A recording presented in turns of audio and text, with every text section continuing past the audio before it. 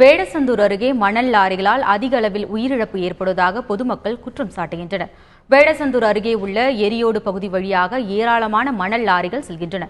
கரூர் காவிரி ஆற்றிலிருந்து மணல் ஏற்றிக்கொண்டு மதுரை திண்டுக்கல் பகுதிக்கு செல்லும் லாரிகள் அனைத்தும் சுங்கச்சாவடியில் 1000 ரூபாய் வரை கட்டுவதை தவிர்க்க இந்த பகுதி வழியே செல்வதாக பொதுமக்கள் கூறுகின்றனர்.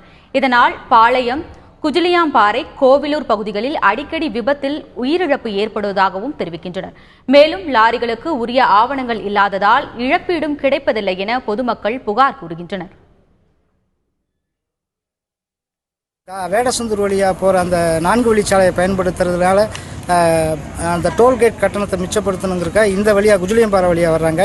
மணல் லாரி, சிமெண்ட் ஏற்றுற லாரி எல்லாம் வாகனங்கள் நிறையா போய் அதிவேகமாக போகிறதுனால அடிக்கடி விபத்துக்கள் ஏற்பட்டு உயிர் சேதம் ஏற்படுது.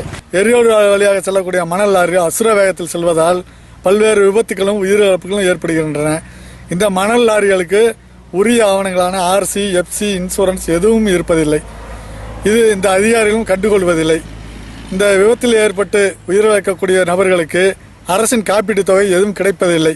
ஆகவே இந்த அரசு அதிகாரிகளும் அரசும் தக்க நடவடிக்கை எடுத்து இந்த எரியோடு வழியாக செல்லக்கூடிய மணல் லாரிகளை 4 வழியாக செல்ல அறிவுறுத்துவதுடன் இந்த மணல் லாரிகளுக்கு உரிய ஆவணங்கள் இருப்பதா இல்லையா என்பதை கண்காணிக்க வேண்டும்.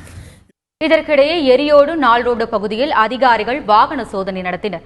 அப்போது தணிக்கை சான்று, இன்சூரன்ஸ், சாலை வரி போன்ற எந்த ஆவணங்களும் இல்லாமல் சென்ற 2 மணல் லாரிகளை பறிமுதல் செய்தனர்.